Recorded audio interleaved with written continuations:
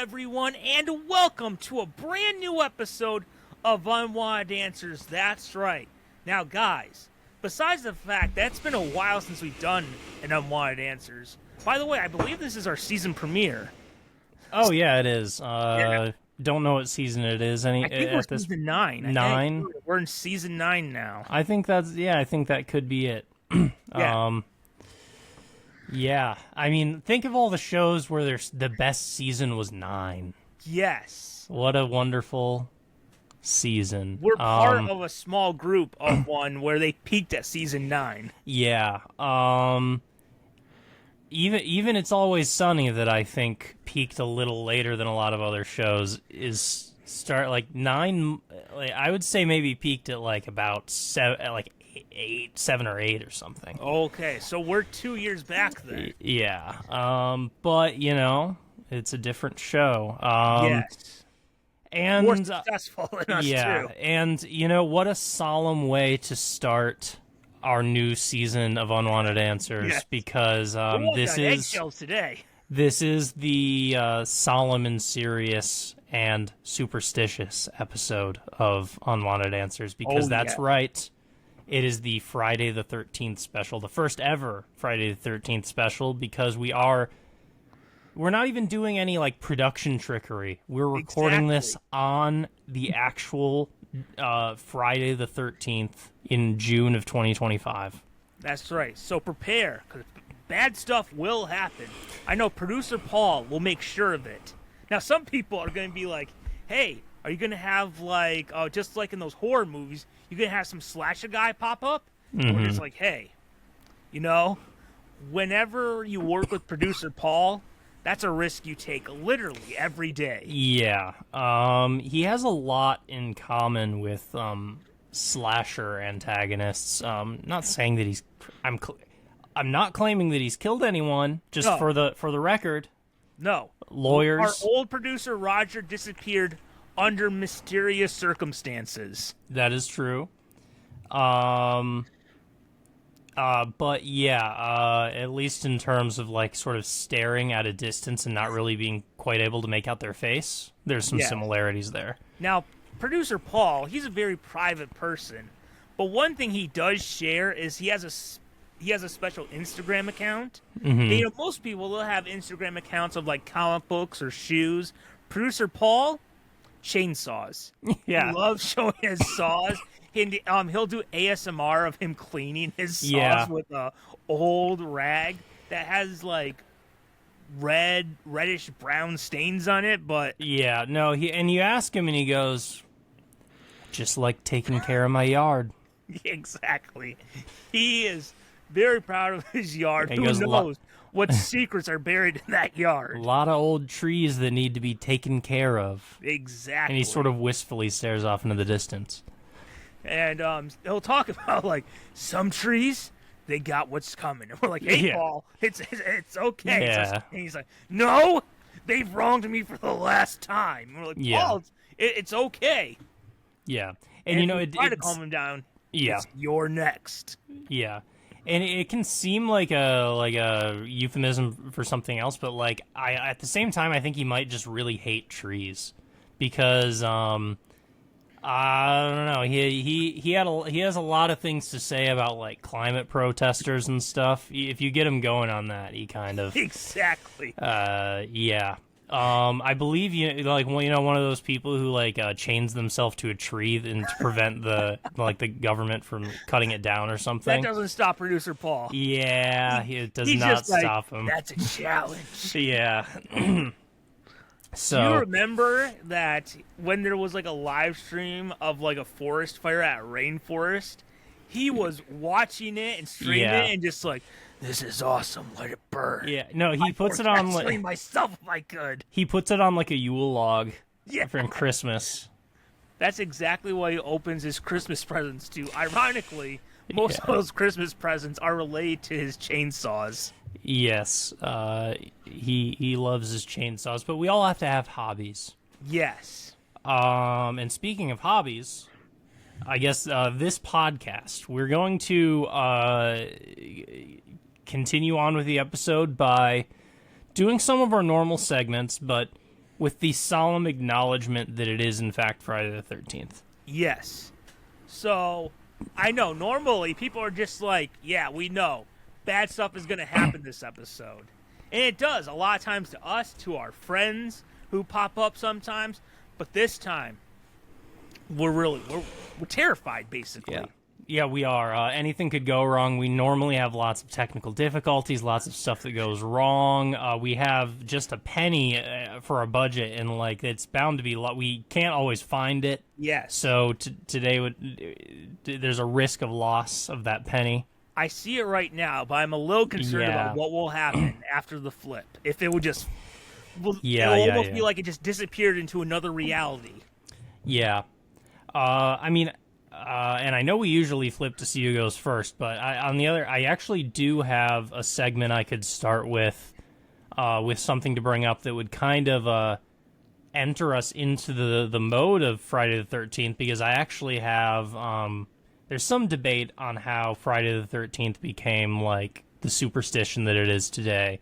But I actually have an on this day that is thought to be the reason why Friday the 13th is like the unlucky day. All right, shall we get into on this day? I think we shall. Because on this day, perhaps the first like Friday the 13th unlucky day that started it being a I guess sort of more Western superstitious unlucky day. 13 being an unlucky number, Friday the 13th in particular being unlucky. When you started with Western, in my head, I went the whole not Cowboys. Never eat, and I mixed them up. Never eat shredded waffles. Oh, yeah. On what side? Yeah. I say never eat soggy waffles is what I remember. I know that's what it's supposed to be, or never eat shredded wheats, but in my mind, I've just mixed them together. Yeah, this is too much of a tangent too early, but I really do struggle with East and West. Oh, me too. And it's weird. Sometimes I'll hear people say they struggle with left and right, and for me, it's like, I got it. Left and right is not a struggle for me at all. In fact, left and right takes me a second. I'm like, all right, right. My one I used to write. For some reason, I got that on lock. I don't even have to think about it for a second. Which is why I try to go west is left, east is right. Like I have to. That's the way I try and remember it. But doesn't it matter where you're standing though? Well, if you are considering north to be, what I mean is that like obviously, left and right are not like cardinal directions. They are not. Left is always left and right is always right. Yeah. But I'm mostly talking about when looking at a compass or like a map thing that has north. Now I have to do it again. North, east, southwest. Yeah. Like the compass thing. On that, west is on the left and east is on the right. Yeah. Not literally in practice, but on the compass. Anyway, on this day, Friday the 13th, October 1307. Now that's interesting. It's also in the 1300s. Oh, they got a double whammy of it then. This is involving the trials of the Knights Templar, considered perhaps the originator of the Friday the 13th being an unlucky bad day idea. So King Philip IV, I believe of France, I did in my research, I forgot to write that down, which seems like an important detail. There was a King Philip from France who was just like, no, it was not me! Why would you accuse me of that? I accused correctly because it was King Philip IV of France. Basically, this king essentially did that era's version of like a corporate takeover by arresting every Knights Templar that could be found to wipe out the entire order, and getting like the Pope on his side, so he would like officially like eradicate the entire order of the Knights Templar in terms of just like dissolving the organization. And And the king did this with like a facade of religious reasoning, calling them heretics and stuff, saying like they needed to be wiped out because they're heretics.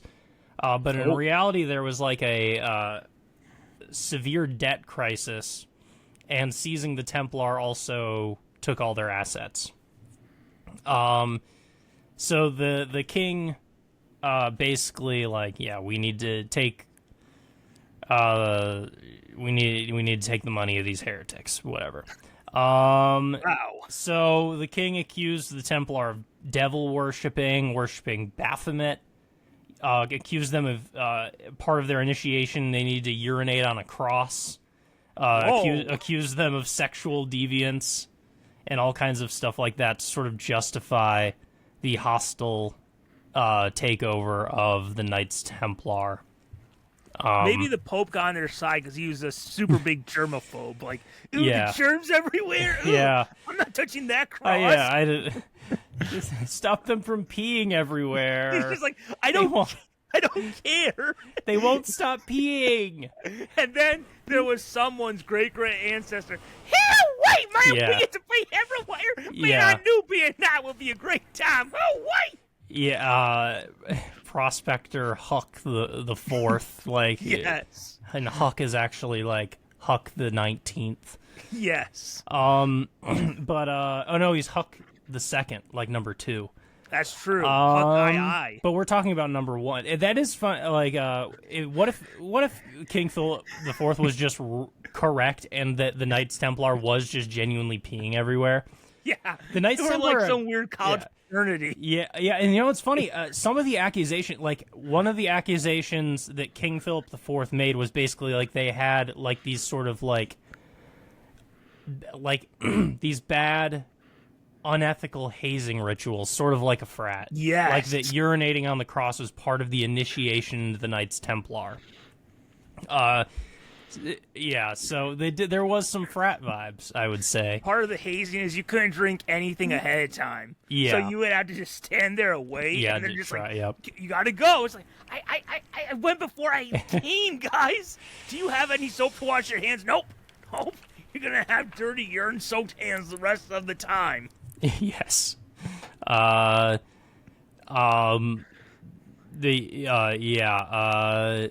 couldn't stop peeing on everything. And you know, maybe that's probably why it was probably correct to have wiped out, because actually I believe the Black Plague was not too long after this. Oh. And you know, sanitation is an important. Maybe they were the cause of the Black Plague. Yeah, it wasn't the rat. They blamed it on the rats.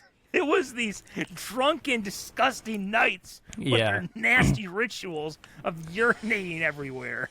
Yeah. The real crusade was the crusade on the literal rats. Yes. They did their own. Basically, like the King Philip did a Trials of the Knights Templar, and the Knights Templar did a Trials of the Rats. Yes. Blaming them for the Black Plague. And unfortunately, the rats were not able to rise up and resist. Unfortunately, they were just run out of the kingdom. Yeah, unless each of the rats like ratted to each of the knights. Oh, well, there we go. Yeah. like a century later, they finally got their revenge. Yeah. They climbed into their helmets and everything. Yeah. That's pretty rad. I actually wouldn't mind that for a D&D subplot. I am working on a sort of historically medieval campaign for my group.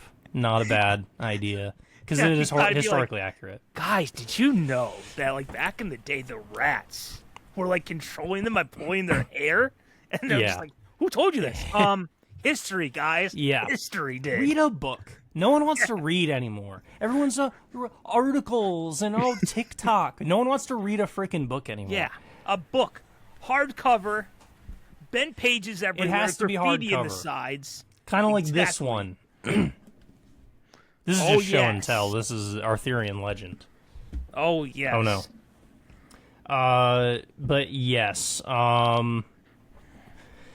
So that is the beginning of, I mean, we have a lot of stuff to get to. So that is the beginning of, essentially, that is thought to be, like, that was a really bad day. Yes. It was a no good, very bad day when they did a sort of, this takeover of the Knights Templar. Apparently, it seems kind of like weird that society would take that point in history and then go like, well, now we know that Friday the 13th is a really unlucky day. It seems like a little too convoluted. I had to research that a lot to even figure out like what was going on and like really dumb it down in simple words.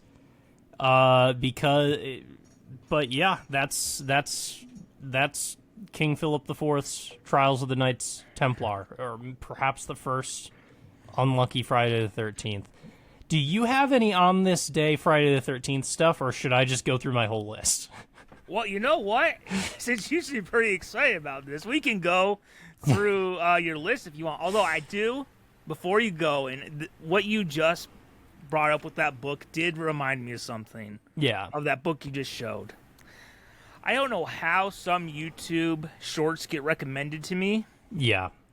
Algorithm. One that's been popping up lately, and every time I click on it, like, I die a little bit inside seeing the how it starts. Yeah. Do you know there's this trend of people rebinding their books? Oh, where they'll rip off the covers and the back cover, and I'm like, oh my God. And then they go through all this work for their fake cover. I'm just like, it looks nice at the end, but like at the beginning, you're like, man, yeah, I know, you really gotta get this right. Yeah, I have seen that. I have a really strange. Someone should psychoanalyze me for why I do this, but I have a note in my notes app that is just like hobbies I'd like to start someday, and it's also a list of hobbies that I have had over the years. Just a list of hobbies, and then at the bottom of the note there's hobbies I'd like to try someday. And because of videos like that, I added bookbinding. But wow. I would be too scared to do it to like a book I already own to like make a better cover. I don't think I would have the confidence to do that, but maybe to like bind together some random pages or something, like a notebook or something. Or you could always just buy like a second copy of a book you already have. Yeah. And try it that way. That is easier. But yeah, those are interesting. They do it's quite a craft. Yes. Because like at the end you are like, okay, I guess that worked out. You know what someone did?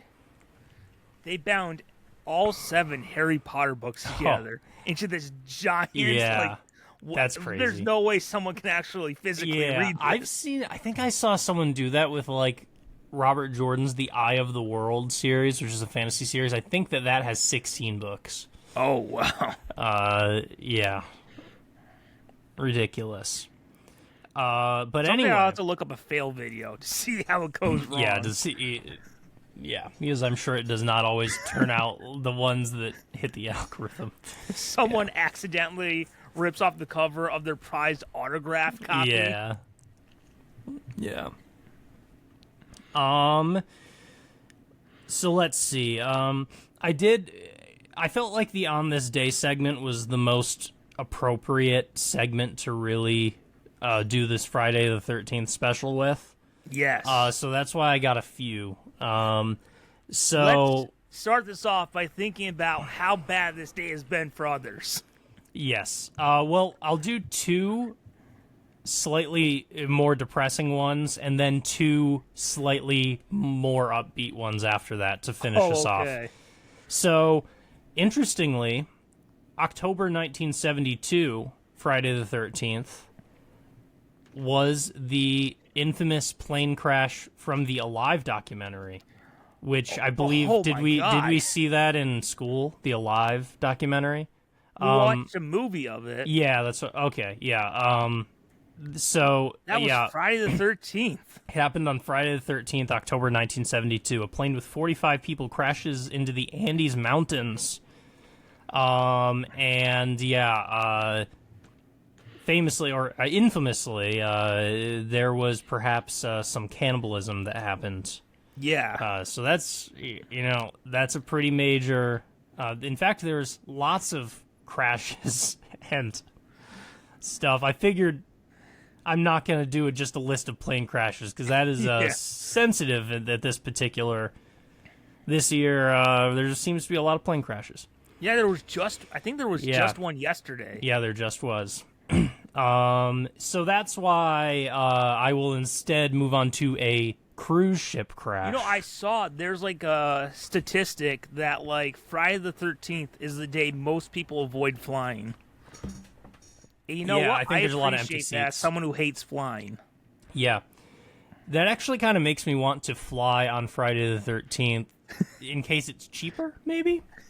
You'll just have a parachute in your backpack just in case. Yeah. Yes. So here's a cruise ship disaster. I had actually learned and watched some like YouTube documentaries about this particular cruise ship crash because it's fascinating, and I'd actually recommend people looking into it. There's a lot of really insane details about this particular crash, but I was surprised it actually happened on Friday the 13th in January of 2012. Oh, this is recent then. Yeah, not that long ago. And there's a lot of video. People had smartphones at this time, so there's a lot of like videos taken by passengers of this cruise ship. And luckily, I believe the vast majority of people survived, although there were several deaths, unfortunately. But basically, this is a crappy captain, we'll say. We personally know a better captain than this. But, yeah. Even the skipper will have to say, the captain I'm stuck with, much better than this guy. Yeah, so in this, the Costa Concordia cruise ship disaster, Friday the 13th, January 2012, the captain did what was called a sail-by salute, which I guess is when they sail really close to a shore to sort of salute or do some kind of salute-like...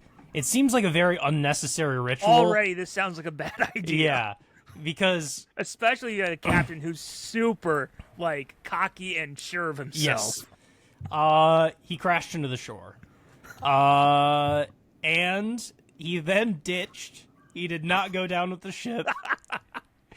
And this is honestly the best part of looking this up on YouTube and stuff. He had to be scolded back onto the ship. There was like some kind of like... go back. Yeah, there's some kind of like Coast Guard who managed to get in contact with him. It was, where are you? And he was like gone. And basically this like, I think it was a Coast Guard person started like scolding him like, you have to tell people what they have. You have to instruct the people on the ship. Wow. But the other thing that one thing I've known about this crash for is I've heard about it particularly because I've heard about it as one of the particularly heinous things that the people on this sinking ship had to deal with as they were like not being given, and the ship was sinking incredibly slowly, I believe. I don't think it ever, because it was at shore, I don't believe it ever went completely under. It just kind of like cracked and started filling with water. But it started leaking poo.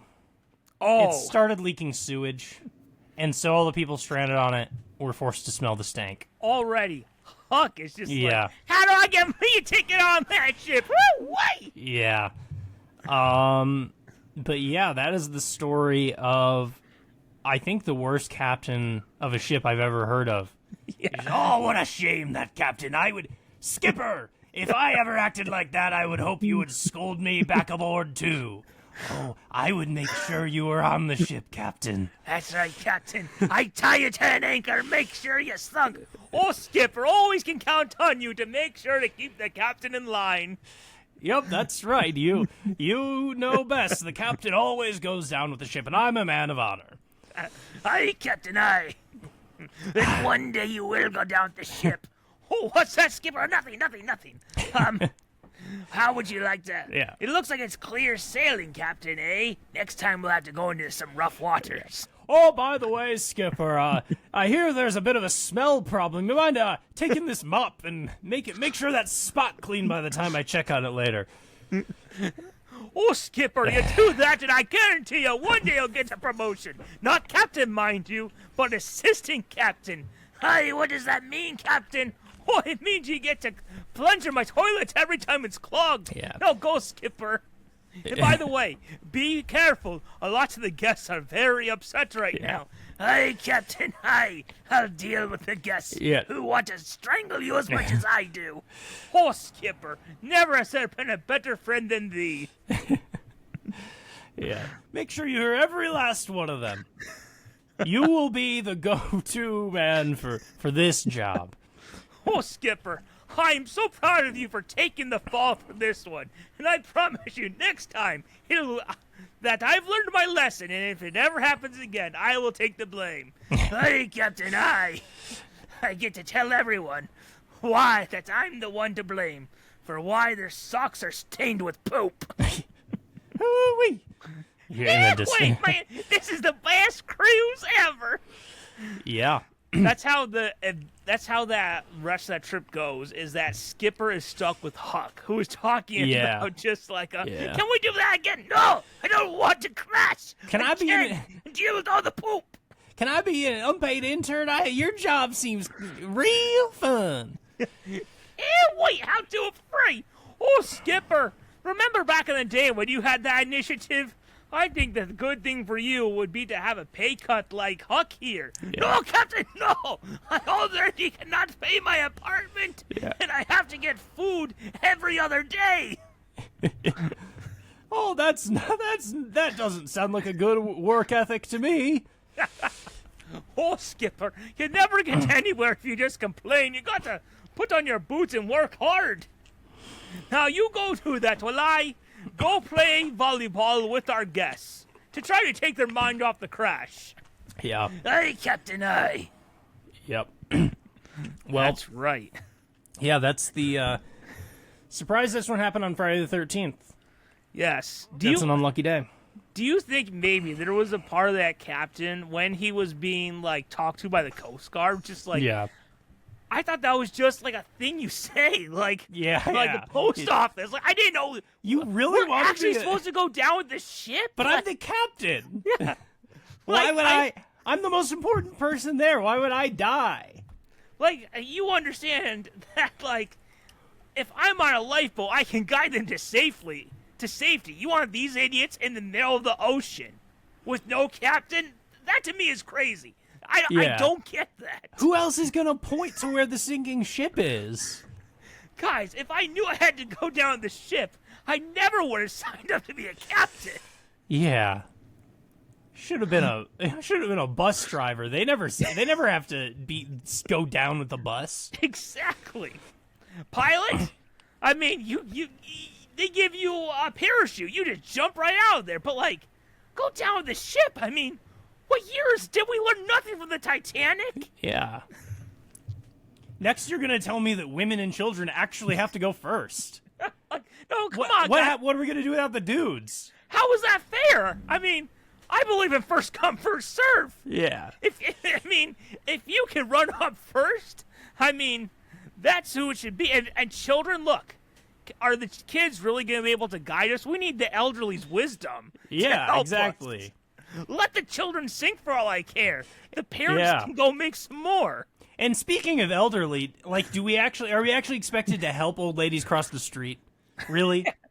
Because last time I checked, they need to learn how to fend for themselves, and if they can't, they should be in a home. Look, that traffic light with the flashing white guy. If you can't get across the street before you see the red hand come flashing white up, guy sounds like a very different thing, but yes. when it came out of my mouth, oh, that did not sound, But the traffic guy, that sounds better. Yeah. If she can't cross the street before she sees the red hand, maybe she deserves to die. Yeah, exactly. It's survival of the fittest if you think about it. And Darwin was right. Yeah, let's just call it. Yeah, by being a captain, I kind of am the fittest. Yes. So, survival for me. Oh, exactly. And they're just like, no, tradition, darn it. You gotta go with tradition. Yeah. But he did. He did eventually give in and went with tradition to go back to that ship. Yeah. By the way, I don't know if you've ever been on a cruise, but that's one of the last things I'd ever do in the entire world. I know that the likelihood of, I think I would rather die on a plane crash than die in a sinking ship. In a cruise, surrounded by, like, Jimmy Buffett playing over, like, crappy loudspeakers and like a chlorine-filled pool spilling out into the ocean, Yes. and seeing like no, I don't want a DJ to fall on me as the ship capsizes. Yeah, or you have the violin players like from the Titanic. Yeah, but that's the thing though, is that like today the violin player, instead of there being like a few solemn violin players like playing us out, it's gonna be some like 40-year-old dude with a ponytail and a goatee, and he's gonna have a JBL speaker that barely covers the right amount of audio distance, and he's gonna play us all out to like a medley of like Drake leading into whatever old people on cruises like Jimmy Buffett, or he's gonna like play the Eagles. Hey guys, we may be dying soon, but coming up, we're going out listening to the king himself, Elvis. Yeah. Now, as you prepare to take that final breath, here is "You Ain't Nothing But a Hound Dog." Yeah, and then I just go, God, I wish I was on a plane. I wish I was dead already. Yeah. That's like at the end, like when they're sinking, because of the world we live in now, you can give like user reviews as you're sinking and waiting to die.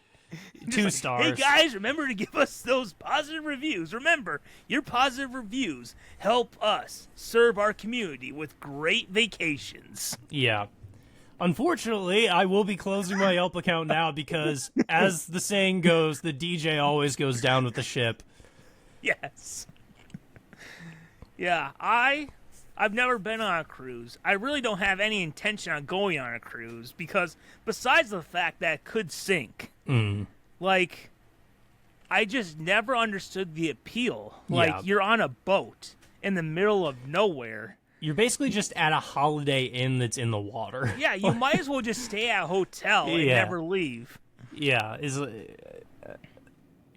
I mean, I also get like, at some of them you do briefly get off the boat at like tourist stops, like I don't know, Jamaica or the Key West or whatever it might be, but that's even a bigger, like to be around a bunch of like 60-year-old drunks as they like flood out into this like underprivileged tourist community in like Jamaica or something, where do these cruises go? I guess there's some like European, like Portugal or something, but like just these I think some of them go like Mexico, South America. Yeah. Just like flooding out into like just a tour, just drunkenly flooding out from a cruise ship into like a tourist thing where someone's gonna come up to you and try and sell you like a leather wallet, like just souvenirs. It's not exactly seeing the country. So I have a relative who loves to go on cruises. Actually, a couple of them. I do too. Yes. Yes, I don't get the appeal, but good for them. Yeah. So they were going to go on a cruise. Maybe it was the last Friday the 13th. I don't know. I think it sounds right that they were leaving on Friday the 13th. Yeah. But they had to wait because the ship had an outbreak of disease that was causing everyone to have diarrhea. Yeah. I forgot about it. Like they basically are, cruise ships basically are like petri dishes. They're big floating Yes. petri dishes. Like, I can't imagine. I feel like the horror stories of people being wildly sick on cruises is just, yeah. Like, they were watching a report on the local TV news about how that ship had to be cleaned down because there was an outbreak of disease. Yeah. And we were able to watch the clips on YouTube. And by the way, this is actually a true story. I'm not making this up. Yeah. They went on another cruise because that's like their favorite vacation is cruising. They went and stopped off at a place, and one of my relatives was at a gift shop and went outside to have a cigarette, and some guy went up to him and said, "Hey, you want to buy some cocaine?" And he had like a whole bunch of crack with him, That's and he was awesome. just like, "No thanks," because that's what you do. You don't just say no to drugs. You say no, thank you. If there's any lesson I want to impart on this that's really show, kind of them to offer. yes, and you say no, thank you, and that's how we act as a society. You don't say no, police, swarm. That is you correct. Say no, thank you, but best of luck in your vision, Yeah. in your entrepreneurial career.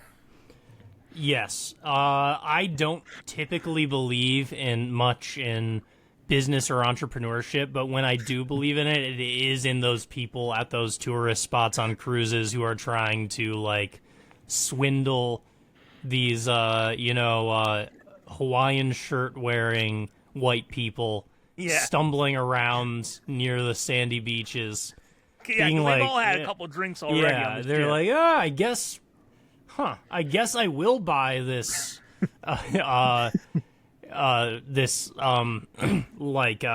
tiny, like, cruise ship snow globe or something. Yes. And you ever hear about how many stories you hear about people on cruise ships who go missing because it's thought that they fell over? There was, like, on a Disney cruise, there's, like, some worker who they think got swept up by a wave. Like, you can't stop the waves. You can't stop the ocean. Yeah, and it's the combination of drinking and being out in the ocean is particularly bad. Yeah. And, some people, they get excited. They see, like, whales jumping out of the ocean. I'd be terrified. I'd be like, guys, get us out of here. Because if you watch, like, Free Willy, they'll jump in the air and they'll go on their back, and they don't care where they land. They'll just land right on it. I mean, haven't you seen Pinocchio? Oh, that's right. We don't want to end up in whole. there. Yeah. Or Moby Dick, which I really don't know much about. So, but I assume it's not. I assume the whale wins. Yeah, I mean, what kind of a dude has a? I mean, Captain Ahab. What does it say about this dude that his arch enemy is a whale? Yeah, I'm sure is there's. Is he 100% sure that every time he sees that whale, it's the same whale he saw before? Yeah, exactly. It's pretty lame, and I'm sure that's literal, and there's no metaphor there or anything. If I know anything about literature, I usually just kind of take it literally. Like, that's why it's called literature. I could understand if it was set at SeaWorld, and Captain Ahab always went to that, like, show. It was just like, Moby Dick, I hate you so much. Yeah. By the way, how does he know this whale's name?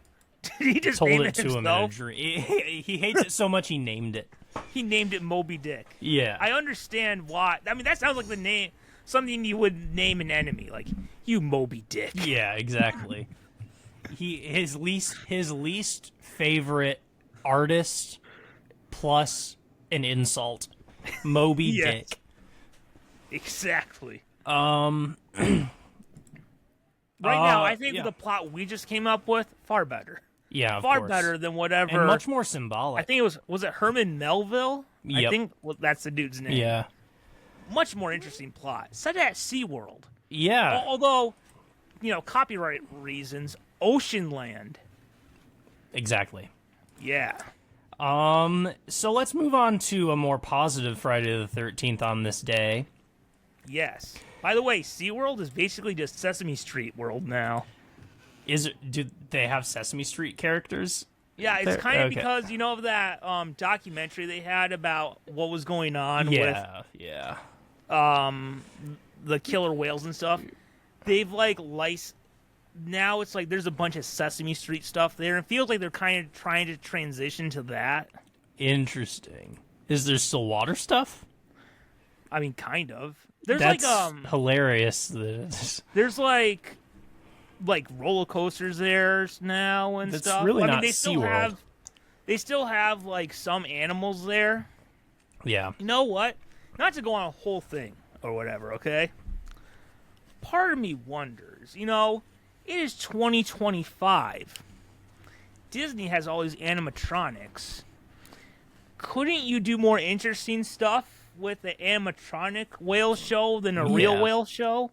Well, now you're trying to replace whale jobs with AI, but A stands for animatronics, and the I is the animatronics AI.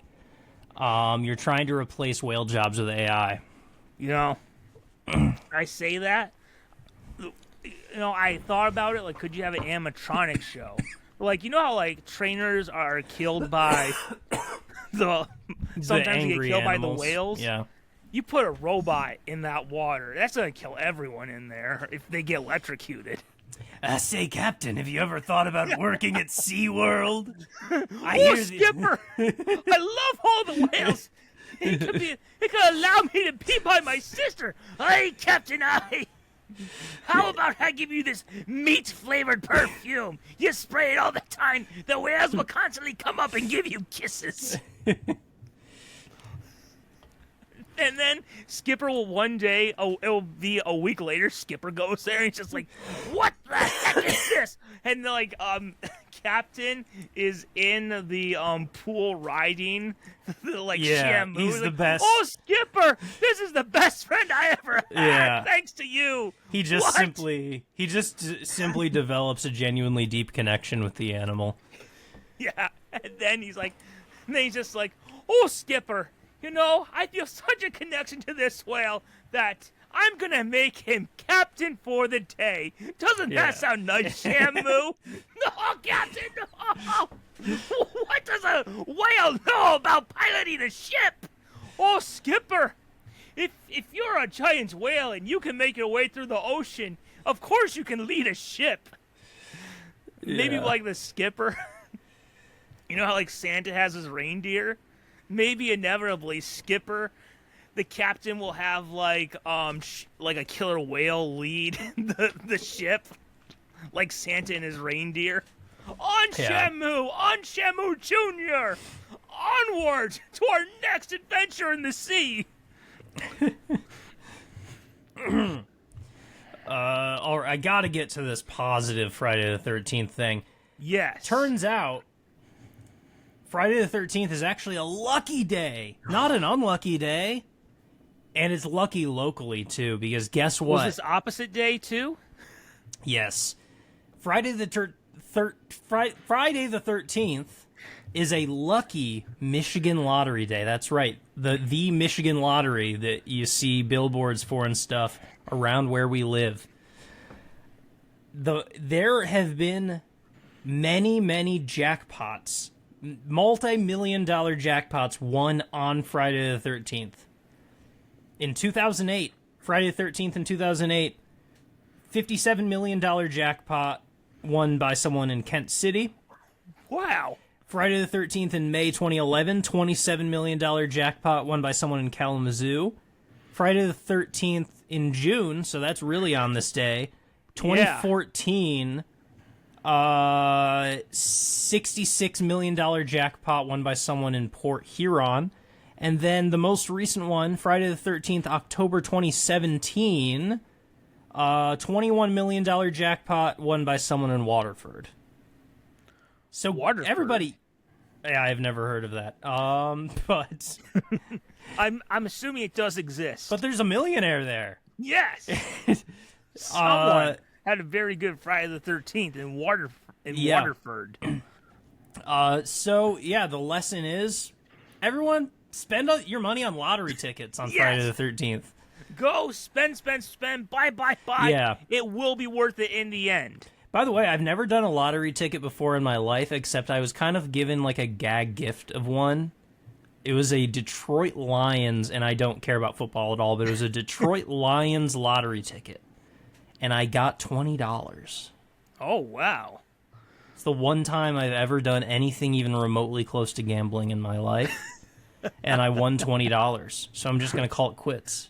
You're just like, you know what? It's never going to be better than this. Yeah. Yeah. I remember, in 5th grade, we had the teacher bought like 4 lottery tickets to show how like gambling is bad. Of course someone's going to win when that's 3 out of the 4 were winners. That's crazy. Okay. Do you remember that? No. Yeah. I remember that all the time because you know what? It didn't dissuade me from gambling. I don't do it. Yeah. But I'm just like, yeah, you can be a winner, can't you? Yeah. And you know what? She was in such a good mood that the coins, I mean, she was rich, like $20 richer. The coins we used to scratch them, and I was one of them who scratched them. We got to keep the coins. Wait, so the kids didn't even get the money? Okay. You know Something what? is wrong Now with that I'm this society. older, that does sound wrong. That does sound wrong. You can't do that. I mean, sure, she may have bought the tickets. Yeah. But it was our luck. It was your that made them winners. She made the kids do free labor. Well, not free. They got a coin. But, my lungs have not felt right since 5th grade because I think I breathed in whatever you scratch off. Yeah, I'm scared of that stuff.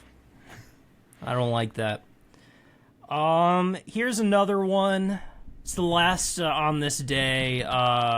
It's actually on this day every single Friday the 13th since 1996. Oh, okay. I love this one. It's something that exists called the Anti-Superstition Club, or Margaret Downey's Anti-Superstition Parties. It is basically every Friday the 13th, since the first one being in 1996. Margaret Downey is a non-theist activist who has been throwing elaborate anti-superstition parties on the day. So one of the signature events is and by the way, here's a fun fact. So it's not just an annual thing, it's every Friday It's every 13th? Friday the 13th. So that's a couple times. Yeah, it's a couple times in a year. Yeah. So one of the signature events. So the word for like the fear of Friday the 13th. This is going to be a real test. This is a crazy word. Frigatriskaidekaphobia. Frigatriskaidekaphobia. What a name. Yes. So one of the events at one of Downey's events is Frigatriskaidekaphobia Treatment Center. Basically, people go through a series of obstacles that take you through every superstition revolving around Friday the 13th you could imagine. It's like an exposure therapy for Friday the 13th. Wow. And then also at these events, there are parties where people limbo under ladders, dance with people dressed as black cats, and open umbrellas indoors, and break mirrors. Oh, you are really tempting fate. Yeah. That is a big sort of anti-superstition party. Yeah, and I like to think that I'd love to go to one of these parties. I mean, technically, you have enough stuff. I mean, simple stuff that you could just do at home on your own. Like, you got to get them. Although, does anyone from our generation really carry an umbrella anymore? They seem like such a dated concept. I mean, I know. Well, I personally know that I say no, but I'm really just speaking for myself because I will just walk outside in the rain without an umbrella, and people will think I'm crazy, and I'll just go, "It's water." It's not acid rain. That's a different Yeah. thing. But like, And it's fine. I've also never walked outside and used an umbrella. Like, I get wet anyway. You can't really. It's raining. There's wind. Like, I think I'm more likely to use an umbrella if it's really sunny than if there's like a parasol. Rain. Yeah. Yeah. That's a good point. Skin cancer Yes. is bad. Because I want the curse. I have so many curses, like I don't want health-wise, that sometimes I think it was a mistake for me to be born. Yes. But like, I burn so easily. Yes. I remember that, like, do you remember in middle school when they would, like, if you got, like, good grades or something, you got to go to a Whitecaps game? Yeah, and I've been to one or two, I think. Yeah, I remember going to one, and afterwards, you would have thought I came back from war. Yeah. Because it looked like my ear had been shot off. Yeah. Like, it was terrible, and people were asking, what happened? And I said, the sun. And Yeah. do you know how upset I was to find out that for good grades, I got to go to a sports thing, and everyone who didn't in class got to stay inside and watch movies. Wow. Do you know how upset I was? That's horrific. I am realizing, and maybe if there's a moral to this, use sunscreen. I hate doing it. I hate how it feels on me, but I'm not risking it. I hate sunscreen too. I hate it so much. Yeah, I mean, it sucks that it sucks so much to put on. But I'm really like forced because I go for long walks and stuff just to like clear my head, and I even though I feel like I'm protecting myself with having long hair and wearing hats, I just it's better practice to just wear sunscreen anyway. Do you ever feel, not to get too much into like what is wrong with society today? Yeah. But sometimes I feel like, it's 2025. Why have we not found a better way to protect our skin from the sun than this disgusting lotion? Like, you can't take a pill, you can't get an injection. It's almost like there was some pervy little scientist who hopes that one day he'll be at the beach and some supermodel will say, "Hey, can you help protect my skin?" Oh, yes, I can.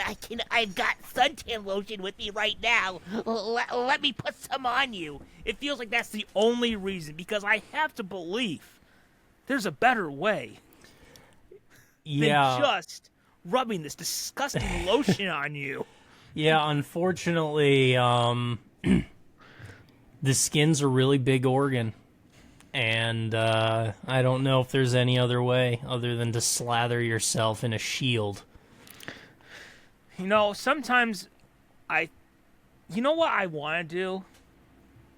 Because I guess soon I'm going to go to Florida. Mm-hmm.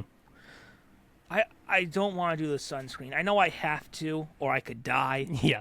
I really don't want to. Part of me wants to get a Jedi robe from Disney World and just have that be it. I mean, say I'll wear the hood the whole time. Yeah. Look, I'm not a doctor and should be, but like technically, most things like have an SPF. Like wearing clothes is an SPF. It is blocking sunlight from you. That said, you would really have to cover your face. It would probably be very hot. Yes, but I will take sweat over the alternative of the burning if I can avoid the lotion. It's probably better than nothing. Yes.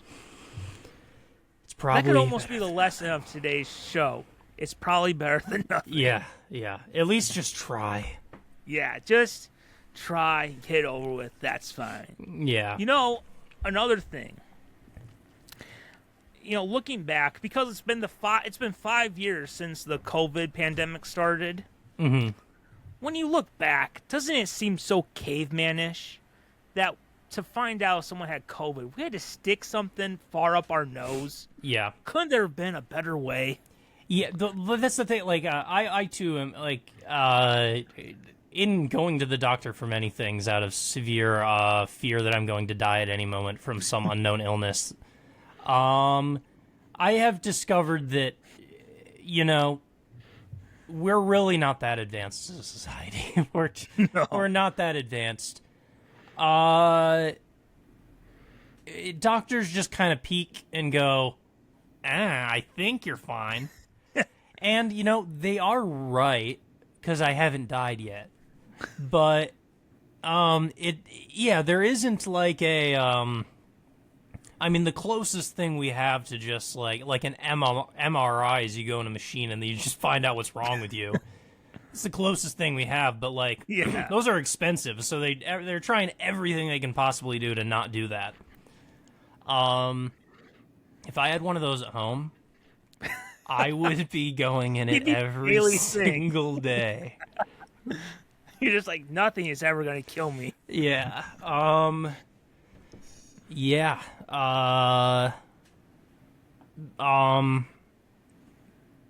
There's not a better way. We just have to have these rudimentary treatments and act happy about it. Oh, yes. Speaking of death. Oh, yeah. Just remind me. I was just thinking about it, yeah. Happy Friday the 13th, everyone. Yeah. This is what we really need to get into. And I'm done with the On This Day. So we're moving on from On This Day to our new segment, Speaking of Death. Yes. So, on Wikipedia, okay, I fell down this rabbit hole of, looking up people who had assisted suicide. Okay. Because maybe this is an irrational fear, okay? Sometimes, because you keep on seeing, more people doing assisted suicide, I have a little bit of an irrational fear that maybe one day if I'm an old person, a nurse or, some relative will take advantage of it. Yeah. And use it on me when I don't want to. But, do you know, this was a weird thing to find out. So there was this dude, okay, and he decided to get assisted suicide, and, his family was all around him. Yeah. And apparently you're supposed to pull, at least in this time, you're supposed to pull a lever that will inject you with the thing. Interesting. So he pulled it, and 5 minutes go by, and he's just like, man, this is taking a long time. Yeah. And it turned out he didn't pull it all the way. So he was just horrible. waiting for these 5 minutes, and then he had to do it again, and then it finally worked. That, to end your life on a sort of awkward miscommunication, that's brutal. That is, yeah. To think about it, he was just like, okay, I'm ready to go. His life ended with one more disappointment. Yeah, that's the true. culmination of his life. One more disappointment. I was just reading about this. I was just reading about assisted suicide recently too. Genuinely, we both have a problem, I think. But the thing I've always been very pro assisted suicide in euthanasia, in terms of I believe it as sort of a social left libertarian kind of belief of people being able to choose things for themselves, and so I've always been very pro it. And then the crazy thing I found out was that some countries that do have legal assisted suicide, one of the reasons why some people are against it is not because they're against it on principle, but there are situations where, if a country's healthcare system has assisted suicide as an option, some people, when they can't afford other treatments, will just be recommended assisted suicide instead of the other treatments. And so it kind of just becomes poor people eugenics of poor people are getting assisted suicides where rich people are getting the treatments. Like if someone has cancer and the cancer is like hundreds of thousands of dollars, it'd be like, well, I can't afford that. Okay, well, here's another option. You could die. Yeah. And so I am still very in favor of... That's the doctor being just like, I've done all I can. I officially give up. Well, I tried, but it turns out you kind of don't want to try anymore, so I guess screw you. I was trying to meet you halfway, but you don't even want to pay hundreds of thousands of dollars. He's just like, Doc, I want to live. Now you're being unreasonable, sir. Get out of my office. I have other patients I may actually be able to save. Yeah. So yeah, on principle, I'm still very in favor of it, but it has to be with the extremely huge caveat that we would probably also need a not-for-profit healthcare system in order to make it ethical to do assisted suicides. But that's that. Yes. So now that we've talked about that was our new segment. 13. Speaking of death, yes. Do you have a segment you would love to do for this Friday the 13th episode? Well, we've been going on a little bit. Speaking of for-profit, we do have some bills to pay. Oh, yeah, of and course producer Paul, I mean, we're almost an hour in, I think. Producer Paul will be furious if we don't get an ad in. Yeah. So, should we do some product placement? I would love to do some Paul's product placement. Yes. Sometimes I try to choose these at random, but today, Friday the 13th... You gotta do the right one. I gotta do what my heart tells me to. Mm-hmm. So, Paul has something he wants to sell, which is Robert the Doll. Have you heard of Robert the Doll? Robert the Doll. No. Yes. So, this was a doll that originally belonged to Robert Eugene Otto, an artist described as eccentric who belonged to a prominent Key West family. So, the doll was reportedly purchased by his grandfather on a trip to Germany in 1904 and given to young Otto as a birthday gift. And it has a sailor suit. I mean, you can look it up on Wikipedia. This is deeply cursed. Yes. I will share it. I mean, that is... There he is. He's got a puppy. Is that a monocle, or is that just the shape of the eye? To me, it looks like it's just... the puppy? I think it's the shape of the eye, but yeah. Oh. But how classy would that be if you had a dog with a monocle? Yeah. That would be pretty classy. Wow. So, this doll was stored at Otto's family home until Otto died. So, according to legend, the doll has supernatural abilities that allow it to move, change its facial expressions, and make giggling sounds. Some versions of the legend claim that a young girl gave Otto the doll as a gift or as retaliation for a wrongdoing. Other stories claim that the doll made voodoo figurines around the room and was aware of what went on around him. Other legends claim that the doll vanished after Otto's house changed ownership several times after his death, or that young Otto triggered the doll's supernatural powers by blaming his childhood mishaps on the doll. Wow. So, here's what the dolls apparently cause. It's caused car accidents, broken bones, job loss, divorce, and a cornucopia of other misfortunes. And, so right now it's at a museum, okay? Museum visitors supposedly experience post-visit misfortunes for failing to respect Robert. It makes me a little... But we're not actually with the doll. We're looking at it through a screen. Yeah, well, it does feel cursed to look at through the screen, but we are trying to do a product placement and sell this thing, so... Yes, the museum is just like, we've had enough. We're not getting repeat business. We need to get rid of this thing. But, I actually think I have a perfect application for this product, which is that I've been thinking recently not only about death, but also about maybe, I guess I could say a pet peeve of mine. Has anyone ever hear about this? Has anyone ever occasionally I'll meet a person who it seems like their only mode of interacting with people is to complain about like stuff like, oh, let me tell you about this thing with work, or like, like they always seem to have some kind of disaster going on in their life, like they're being betrayed or they're being like everyone's out to get them, and it sort of feels like a person who no one respects me. Yeah, would really, really benefit from actually having little things go wrong in their life all the time so that they have something to talk about.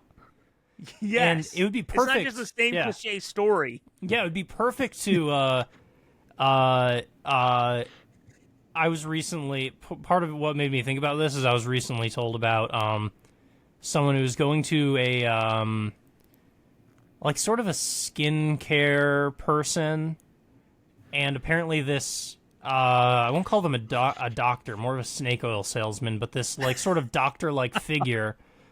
Apparently they were constantly lamenting about everything going wrong in their life, and, like just to a captive audience you can't leave because they're there to do skincare. And, right away, that's a red flag. Yeah, and I imagine it's stuff like, oh, can you believe what my boyfriend did? I'm just like tormented it on my friend Susan is betraying me in this way, and like telling these stories about how awful their life is going. And imagine if someone like that were to buy a haunted doll, Robert the doll, in fact. Robert. You would have something like, okay, get this. This morning, I was trying to leave to work, to get to work, and yeah, you'll never guess the reason I was late.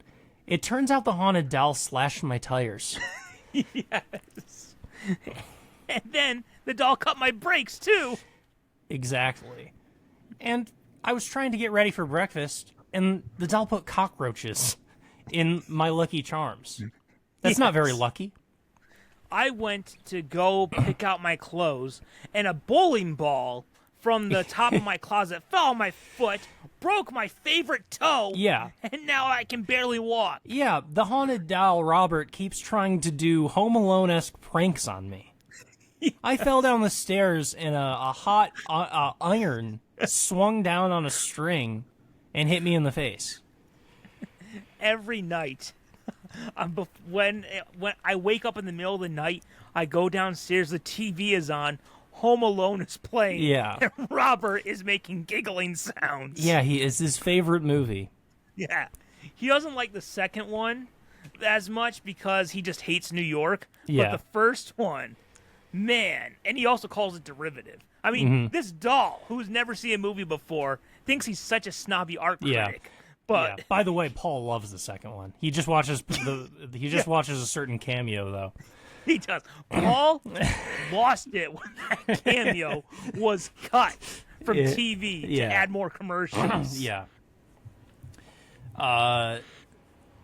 Yeah. Robert the doll. Yes. And look, if someone's complaining about their job, one of the things that Robert does is it does lead to job loss. That's correct. So somehow he'll find a way to get you to stay home with him. And you know what? I think Paul would be very upset if we did this. But I think if you buy Robert the doll, we'll throw in the puppy doll for free. Yeah, I mean, yeah.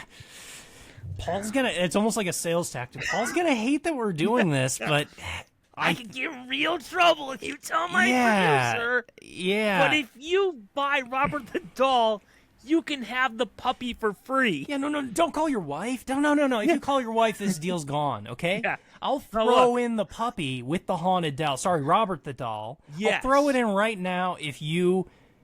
What are the 3 digits on the back of the card? Because I would love to sell you Robert the doll with the puppy as a free add-in. Look, this puppy would normally go for equal the price of Robert the doll. Now, I don't want to say something get taken away, but there was a nun from an orphanage who needed to buy a new doll. And as she's coming by, I look at Robert, so he might not be here later if you go talk to the wife. Yeah, God, I actually, this is crazy, but I actually have a call right now coming in from one of the Do you want me to take it and put you on hold, or do you want to finish this conversation now? It's like, hey, man, this doll is going to be part of your family. Let's pull the trigger on it right now. Yeah. And, this person will have, like, a fun... I mean, they have to make sure that they have to respect Robert, because if you don't... By the way, now, if you don't want solicitors to your house... You know how some people have beware of dog? Yeah. Beware of Robert. Yeah, and exactly. People will be so confused. Yeah, you probably want to do that with a picture attached to it, too, because once people see the picture, they'll immediately understand. Show a picture of Robert the doll's face. That's self-explanatory right there. Mm-hmm. That's a great product. Yes, I think that...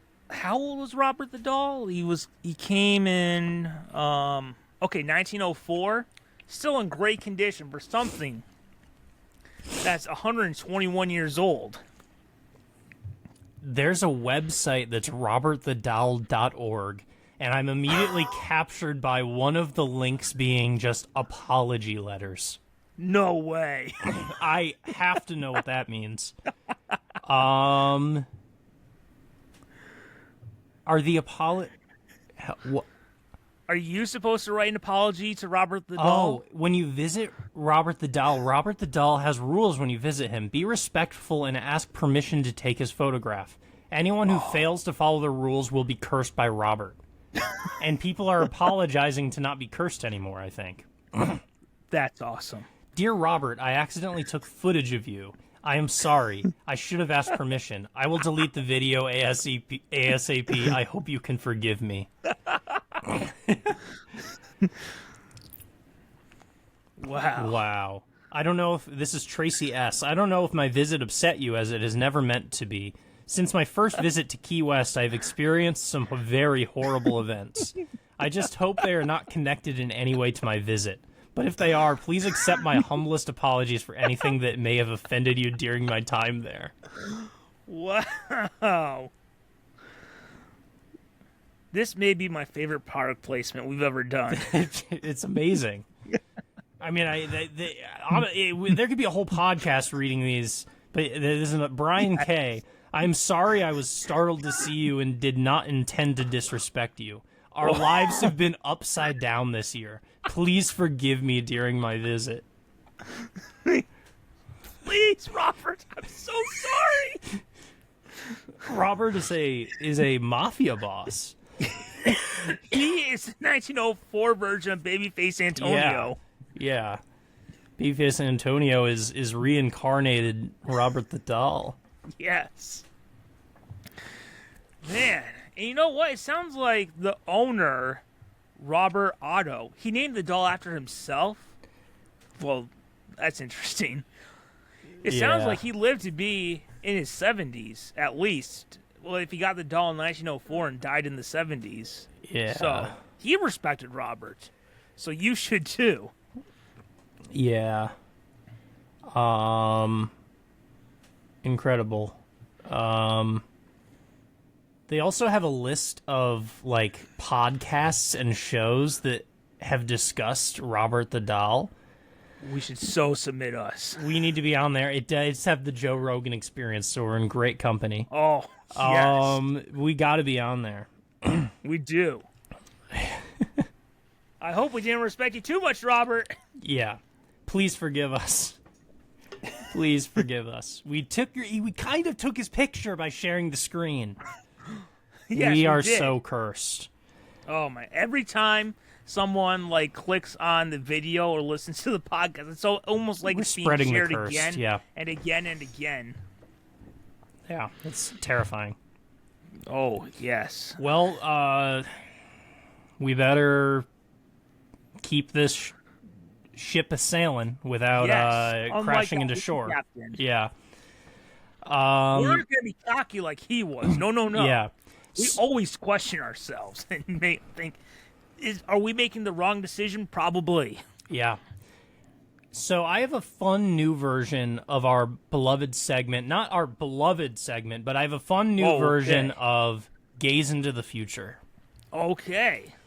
We're doing this a little differently. Gaze into the Future is, of course, the segment where we randomly select a recurring guest, and we randomly assign them a fortune-telling sort of thing to see what their future is going to be like. And I thought, what better way to celebrate Friday the 13th than to make the form of fortune-telling be a tarot reading. Oh. So I'm going to tarot read, and it's not something I've ever done before and know how to do or know anything about it or anything. But I'm a good guess. I'm going to tarot read one of our recurring guests. Do you have the thing that randomizes the recurring guests? I do have the wheel. Okay, how about you pull up the wheel? And in the meantime, I will pull up a tarot reading. I actually owned a tarot deck, mainly not because I'm interested in tarot, but because... Past tense, or do you still own it? I couldn't find it today. Oh. So there's Friday the 13th curse right there. But, so instead I'm going to have to, do a tarot reading via the internet, dailytarotdraw.com. So once we get our randomly selected recurring character, I will draw them a card, and we will read what their life holds in store for them. So we don't need to do the wheel spin or the randomizing on screen or anything. Okay. If you have that list of characters and can just spin away and give me a random one, that would be great. All right. Now, I did add, since our last Christmas episode, I took off the Drifter because we don't remember the Drifter. Sorry. I don't remember. He could be dead for all we know. Yeah. But I did add our friend, the snobby art critic. That's great. I think you may have a list, too, that someday I'll have to look up. Yeah, it's somewhere in here. No, let's not show that. All right. Here we go.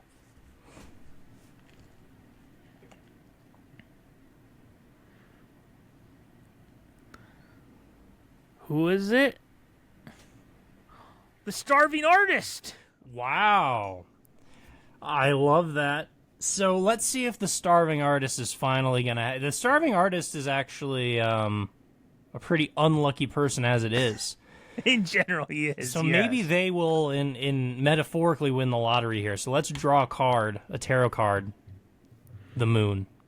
So let's see what this reading says for the Starving Artist. The Moon represents potential, divine potential. Oh boy, Divine that's what his power, whole life has been leading to. Guidance, peace, watery emotions. I do not know what that could possibly mean. Cycles and growth. Tears.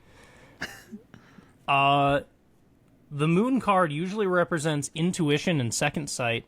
When it appears in your reading, it means that you're being called upon for something. Use your intuitive power to feel your way through.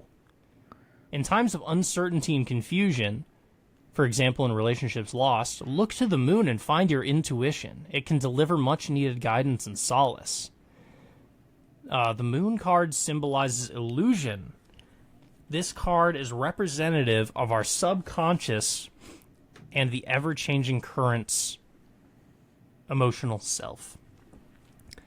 That seems like it's describing the Starving Artist's life entirely. But with absolutely no solid guidance except to look to the Moon. What you're saying is... Sorry, I'm coughing up blood. You're saying that I need to paint the Moon? Is that what you're saying? Yeah. I love this. The Moon is a source of delusion or self-deception. Oh, so no. The Starving Artist has... they do not have self-awareness of their abilities.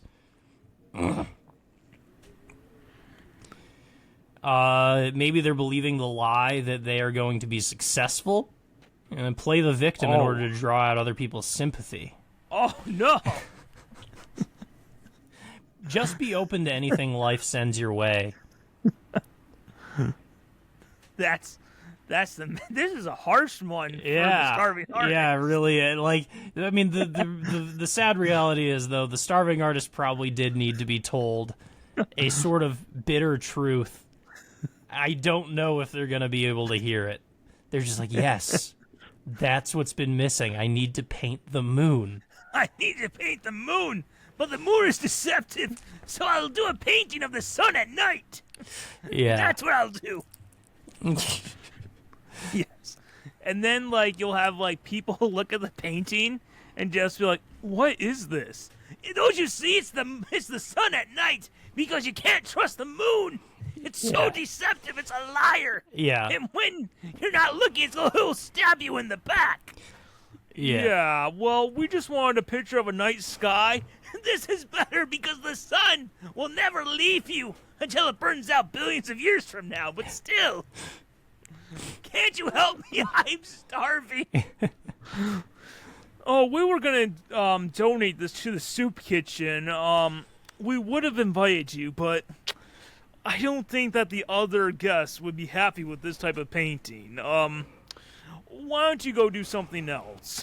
Please. I haven't sold one painting yet in 40 years.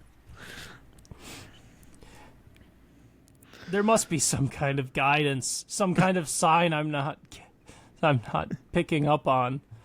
Yes. Everything's an illusion? No, that can't be. I am an artist. The world must see my work. My God, if Picasso can put up that crap in a museum, surely someone should like my drawings that actually look like something, damn it! Yeah, he's a very literalist He's very painter. anti-Picasso. Yeah, he hates symbolism or sort of modern art. People just like talk about how Andy Warhol was such a genius. A genius! It's a can of soup! Yeah. What the hell is that saying about society? Yeah. It's a can of soup. Anyone can do it! Yeah, I'm actually saying things about society. It's the sun at night. Night! Do you not understand how it shows how topsy-turvy our world truly is? Yeah. Why did no one takes... I should have been made famous about my one other work of art that I've ever done, which was someone looking at their phone. Because people are always looking at their phones. Why does no one get it? Unfortunately, I understand. It is dated now because I use an iPhone 3. But still, the message is universal. It goes on forever. It does. And I've been trying to raise money for my sequel work, which is Mickey Mouse looking at his phone. I don't care what the lawyers say. I will paint Mickey Mouse. And no Disney lawyer can stop me. I don't care about copyright. If anything, that's just another reason to break the law with my art. Yeah, legend. Actually, that's facts. I agree with that. I was the one who painted Mickey Mouse at that Florida daycare and watched them take the sandblasters and destroy my art. Is the starving artist Banksy? We considered that he might have been Banksy this whole time. I think he wishes. Yeah. He wants to be in that category. He sees himself on that level. Yeah. Yeah, he really,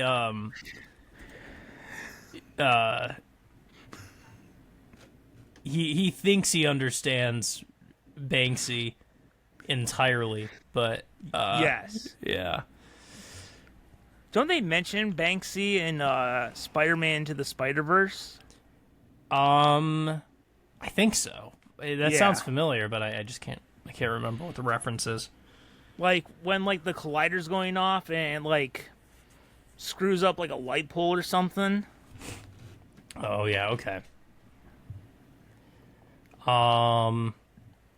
That's reminding me of. Was there something else I was watching with a Banksy joke? Like they're painting over a wall, and it turns out it's a Banksy. I don't know, but yeah. Yeah, the starving artist is the version of Banksy that we can get on this podcast. Yes. And the reason why we don't say his real name is because he's trying to be like Banksy, or he's anonymous. Or he sold it for money. Yeah. He sold his name and his likeness. Yeah. For like a few pieces of bread. Yeah. You know, when you go to New York, most people go to Central Park to feed like the ducks. Mm-hmm. Some people go there. We go there to feed starving artists. We'll throw him like pieces of bread and he'll come out like a duck. Mm-hmm. And we could say, hey, this is a pretty good act of yours. He's like, it's not an act. I'm just trying not to die. Yeah. Oh, yeah, starving artist. Even on Friday the 13th, we somehow, for a guy who we're like literally every day, Yeah. is a unbearable living Every hell. day is Friday the 13th for starving artists. Yeah. But I think somehow our tarot reading found a way to make him feel worse. Yeah, it really did. But, you know, that's just, you know, you can't complain. The thing is, you can't just draw another card. You can't just, you gotta accept your fate. You're stuck with the one you got. Yeah. You gotta accept your fate. So, shall we get into, I guess, either a last or second to last segment? One or two more to round it out? We could. You know what? We've been having so much fun with On This Day. Yeah. And I found one. We'll throw it in there. Yeah. You know what? It's Friday the 13th. We can do whatever we want. We can. Okay. So this one is set in 1979, okay? Okay. So on Friday, July 13th, 1979, Bob Renfrey decided to stay in bed every subsequent Friday the 13th because of a spate of bad luck he'd suffered on that lucky day, such as walking through a plate glass door, getting fired, and putting his wife in the hospital after hitting her in the head with a stick of meat meant for the dog. Another Friday the 13th saw his wife fall down a flight of stairs. So this dude, wow, just Bob Renfrey, Unlucky Bob. Yeah, that's what everyone calls him. Unlucky Yeah, they Bob. call him Unlucky Bob. He is just a, like, imagine, was it Mr. Magoo or whatever, the guy who he always gets out of trouble or whatever, but instead of things bad happening around him and him not ever, instead he is a Rube Goldberg machine of things bad constantly happening to him. Yes. If something falls, it will hit him. Like, yes. It will not be like the wall falls and he is in the window spot and it doesn't hit him. It is like all windows and just the brick hits him. Yes. In this scenario, he is not the Roadrunner. He is Wile E. Coyote. Mm-hmm. Constantly trying to get out of. By the way, a lot of that list of things felt very like seeing your wife fall down the stairs. That's not something unlucky that happened to you. Well, I guess not. Unless he got blamed for it. Yeah. Or maybe like he left his, maybe she was carrying like a vase he loved. Oh yeah. But also like walking through a glass door. I mean, that does not feel like bad luck. Bob, you gotta take accountability. You gotta take some accountability. Maybe he got fired because he ran through the glass door at work. Yeah, right after it just been installed. Yeah. And the boss is like, Bob, what have you done now? I'm sorry, boss. It's just, I'm having such bad luck. You know how it is with me and Friday the 13th. Oh, Bob, I know how it is with you. You're fired. Yeah. That's quite a boss. That boss is insane. That boss, he really hates Unlucky Bob. Yeah. Because anytime Bob is there, it's like, constantly hurting the goes company. down. Yeah. Like every single one of these mistakes is like his. It turns out his wife is like the CFO. When they fell down the stairs, there was no one doing the finances for 3 months. Yes. You're ruining this company, Unlucky Bob! Unlucky Bob! What were you thinking? Throwing that stick at a dog only to hit your wife instead! This is exactly the same way you acted at our company softball game! Yeah. Sure, you know, I used to be good at sports, but I don't know. I think it's just Friday the 13th. It hates me so much. Maybe because that's also my birthday. I don't know. Yeah. Seriously. Yeah. Yeah, and then, obviously, because of that, that's another reason why he got fired. I mean, all that just came on that same day. Yeah, there is also the funny implication that he's actually worked there many years because, like, there's a lot of Friday the 13th that have happened. Like, there's the year with the softball game. There's the year where he went through the glass door. There's the year where his wife fell down the stairs. There's the year. Like, I mean, maybe a couple Friday the 13th a year, but still, he's worked there a few years. Constantly tormenting. But they just had enough. I mean, maybe it was the wife falling down the stairs where she's just like, I did nothing wrong. I can't do this anymore. Yeah. Get him fired. Yeah, and she's waiting for the next Friday the 13th to give him the papers. Yes. Yes. And there's the divorce papers. But this dude, he decided on July 13th, 1979, I am done. Never again. I am just going to stay in bed that whole day. Forever on Friday the 13th. That's right. That's how this started. He finally decided he's not going to deal with it anymore. That is the implication that he doesn't even have a job does kind of make it seem a little less impressive. Like he doesn't really have anything to do, and it doesn't sound like he has any hobbies. Yeah, this isn't a work from home type situation where yeah, that sounds like me do every his day. stuff on the phone.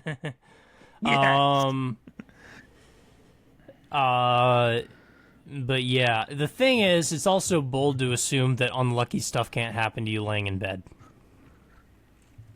Oh yeah, because like I'm imagining, that dot you see on the ceiling that I always look and I go, is that a spider? This time it actually is. Yes. I mean, it will lay eggs in his mouth when he's asleep. Yeah, a lot of terrifying things can happen in a bed, that's for sure. I mean, yeah, and maybe one day, if he's going through, like, a glass window, maybe, like, just the one Friday the 13th, he decides to stay in bed all day, just the house just collapses on him. Yeah. Right after having that really unlucky moment, everyone hates that unlucky moment where you reach to find that the person you've loved all those years is no longer there because she served you papers last Friday the 13th after she had to tumble down the stairs. Yeah. I mean, he was in bed and that like there's like an impression of where she normally sleeps and that's where he put the papers. And he was just like, he patted the papers and just like, it's going to be okay, honey. We just get through this Friday the 13th. We are going to make it. And then the house collapsed. Mm-hmm. That's Unlucky Bob. That is he is one unlucky. Bob. He is one unlucky guy. That's for sure. Yeah. And you know what? If he decided that in 1979, I mean, I'm guessing if he was that unlucky in 1979, I don't see him being... Would he be around anymore? He probably died. But, I mean, you he's know, not unlucky. He probably did die. name something more unlucky than dying. Well, in Bob's case, it would be Scrooge having lucky. all It's these like- horrible, no. tragic accidents and still surviving. You know, imagine the real unlucky thing is that he's still alive and he can't seem to die. Yeah.